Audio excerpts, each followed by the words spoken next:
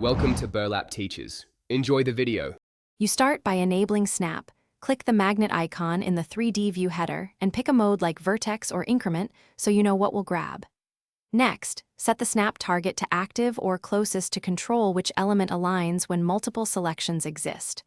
Also, make sure your pivot point is correct, median, or active, because Snap uses that reference.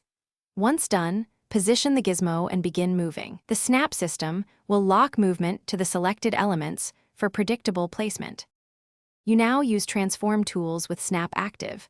Press G to grab, R to rotate, S to scale. Blender will lock transforms to your chosen target automatically. If you need a temporary toggle, hold Ctrl to force Snap in or out, depending on your preference. For surface alignment, enable Project onto Self so vertices find the mesh surface along the view direction. This prevents floating gaps.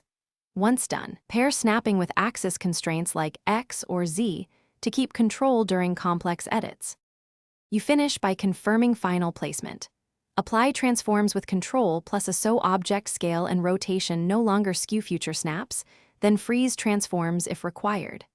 Make sure you switch between edit and object modes as needed. Vertex snap in edit mode, object snap in object mode, because targets differ. If something looks off, check normals and recalculate them.